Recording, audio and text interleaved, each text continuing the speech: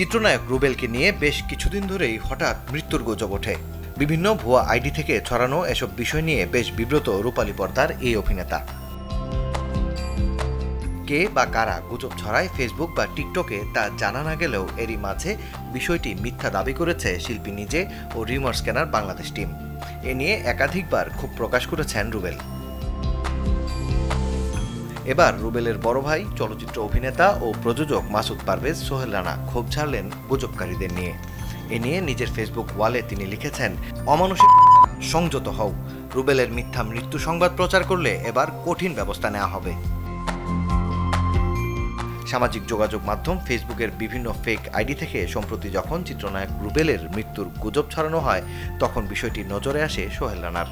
এই ইস্যুতে অপর এক স্ট্যাটাসে দুই ভাইয়ের একটি স্থির চিত্র ফেসবুকে পোস্ট করে সোহেল রানা লিখেছেন, আল্লাহর রহমতে আপনাদের দোয়ায় রুবেল সম্পূর্ণ সুস্থ আছে।